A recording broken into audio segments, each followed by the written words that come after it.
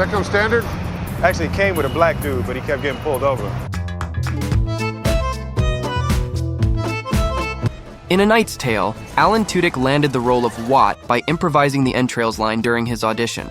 The director loved it so much, he cast Tudyk just to keep that line in the film. And I will f*** you until your insides are out. Your outsides are in. Your entrails will become your extrails.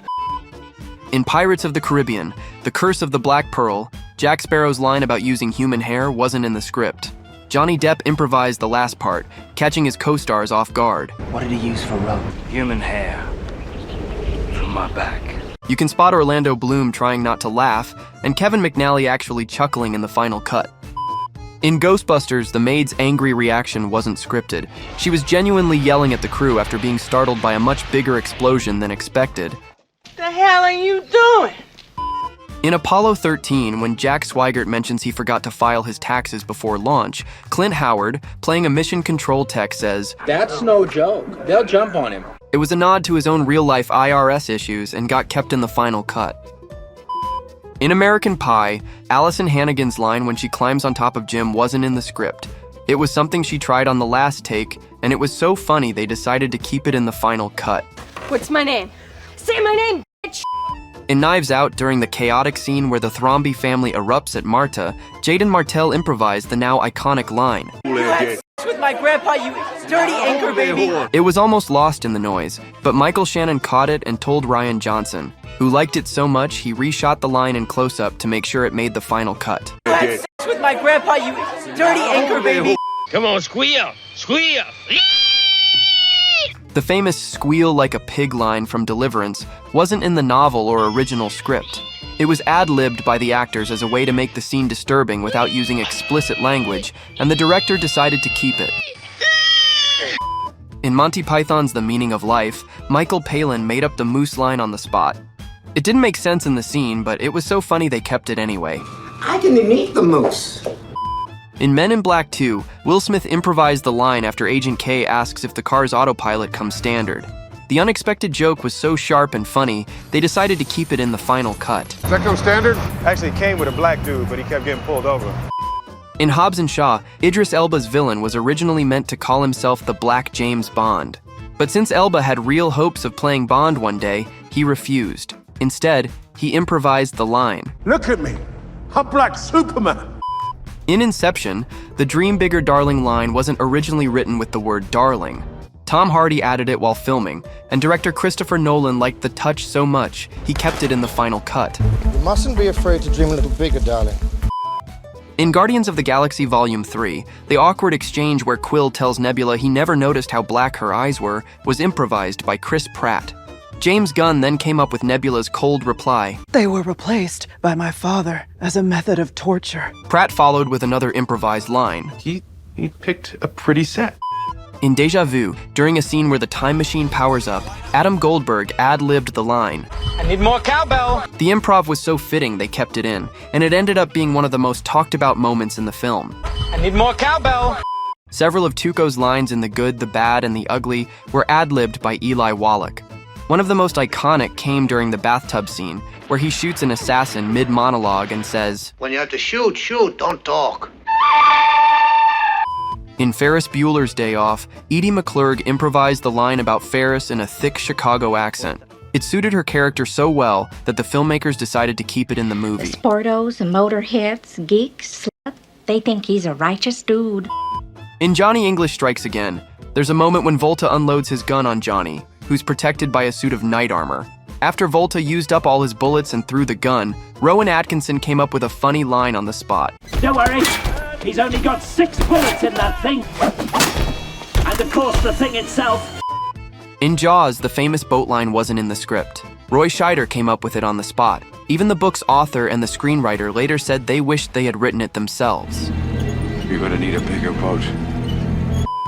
In Deadpool, many of the jokes were improvised, but one of the most memorable is when Ryan Reynolds' Deadpool points out, It's funny that I only ever see 2 of you. It's almost like the studio couldn't afford another X-Men. It was a clever nod to the film's limited budget, and totally improvised. Marty Feldman's incredible performance as Igor the Hunchback in Young Frankenstein is one of Mel Brooks' finest characters. But did you know the famous hump line was completely improvised? Perhaps I could help you with that hump. What hump? Probably this is the wildest example on this list. In Shark Attack 3, John Barrowman ad-libbed that now infamous, ridiculous line just to make his co-star laugh. Somehow, they kept it in the final cut. What do you say I take you home and eat your pussy? In Aliens, Bill Paxton improvised the iconic game over line during a moment of panic. It wasn't in the script, but it became one of the most quoted lines in a movie already packed with quotable moments. Game over, man. It's game over.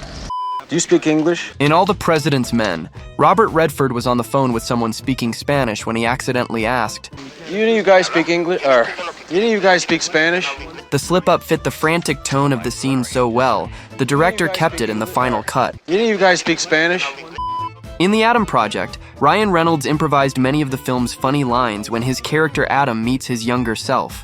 Like this one about his younger self having trouble understanding what classified means. Are you in the Air Force? When I say classified, what does your brain hear? Chocolate? Clemenza's now famous cannoli line from The Godfather was a half improvisation by Richard Castellano. The gun was in the script, the cannoli was not. Leave the gun. Take the cannoli. In Tootsie, Bill Murray was asked to improvise lines that make it seem like he's been sitting at a table and talking all night. Murray delivered by contributing some of the funniest lines in the film. I wish I had a theater that was only open when it rained. In My Big Fat Greek Wedding, Andrea Martin forgot her line, so she improvised by walking up to Ian and starting to massage it. Let me touch your hair. The moment was so funny and in character, they kept it in.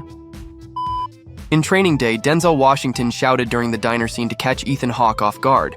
The outburst wasn't scripted, and Hawke's surprised reaction was completely real. Boom! You never know, that's the point. Also in Don't Look Up, Jonah Hill improvised the line in the post-credits scene where his character says, I'm the last man on Earth. Don't forget to like and subscribe. Director Adam McKay shot the scene in only one take and thought Hill nailed it on the first try. We out here. In Ghostbusters, during the Stay Puft Marshmallow Man's rampage, the actor accidentally crushed the model of a church. With no time or budget to fix it, they rolled with it, and later added Bill Murray's now iconic line to cover the mistake. Nobody steps on a church in my town. Roy Batty's iconic Tears and Rain monologue from Blade Runner was mostly improvised by Rutger Hauer. That's what it is to be a slave. The original script had a long 2-page speech about Batty's past, but on the final night of filming, Hauer trimmed it down himself and delivered the haunting final version in a single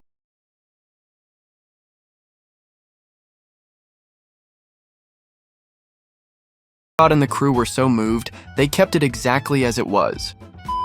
In Bringing Up Baby, when Cary Grant's character is caught wearing a frilly nightgown and boots, he leaps into the air and shouts, But why are you wearing these clothes?